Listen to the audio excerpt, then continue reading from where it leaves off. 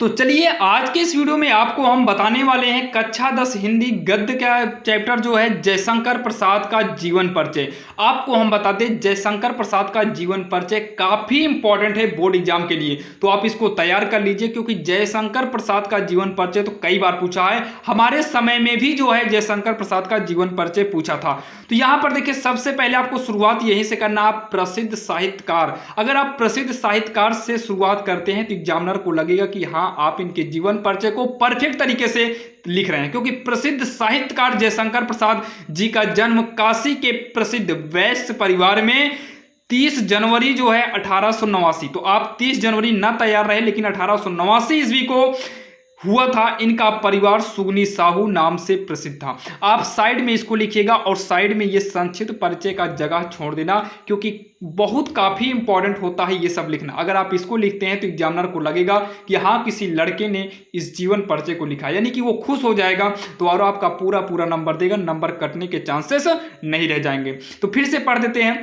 प्रसिद्ध साहित्यकार जयशंकर प्रसाद जी का जन्म काशी के प्रसिद्ध वैश्य परिवार में 30 जनवरी 1889 ईस्वी को हुआ था। इनका परिवार सुगनी साहू के नाम से प्रसिद्ध था। प्रसाद जी के पिता देवी प्रसाद स्वयं साहित्य प्रेमी थे, यानी कि ये इनके पिता भी साहित्य प्रेमी थे और इनको भी साहित्य प्रेमी के बारे में सिखाया, यानी कि इनको भी उसी हिसाब से ढाल दिया गया। इस प्रकार प्रसाद जी का जन्म से ही साहित्य वातावरण प्राप्त हुआ।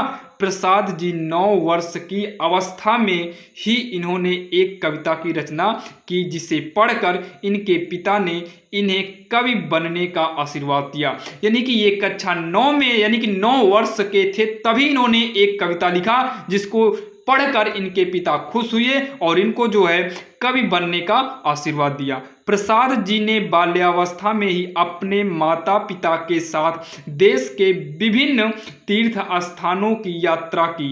कुछ समय बाद इनके माता पिता की मृत्यु हो गई, यानी कि ये अपने माता पिता के साथ जो है तीर्थ स्थानों पर यात्रा किया और कुछ समय बाद इनके माता पिता की मृत्यु हो गई।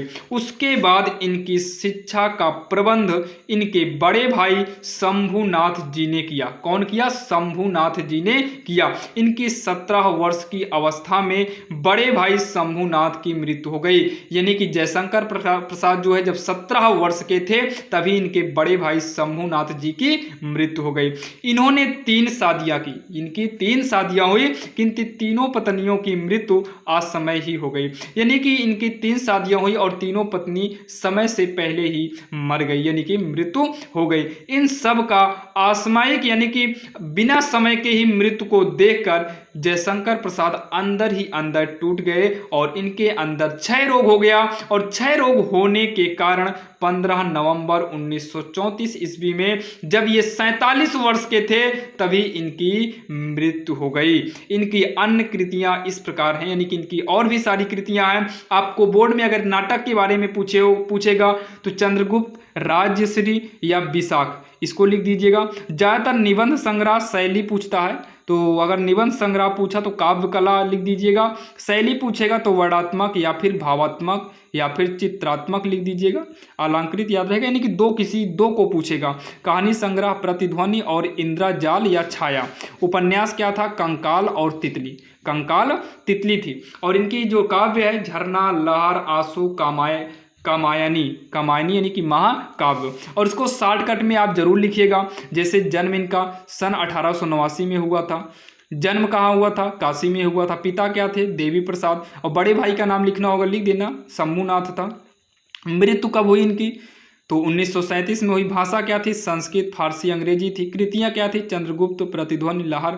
और ये किस युग के लेखक थे? तो छायावादी युग के लेखक थे। इस तरीके से आप जो है जयशंकर प्रसाद का जीवन परिचय बिल्कुल आसान भाषा में लिख सकते हैं। तो चलिए मिलते हैं किसी अन्य वीडियो में। अगर वीडियो पसंद आया हो तो चैनल को सब्सक्राइब कर लीजिए और भी इंपॉर्टेंट क्वेश्चन देखने के लिए हमारे इस चैनल RSL मैथ को सब्सक्राइब जरूर करेगा। तो चलिए मिलते हैं किसी अन्य वीडियो में, तब तक के लिए जय हिंद।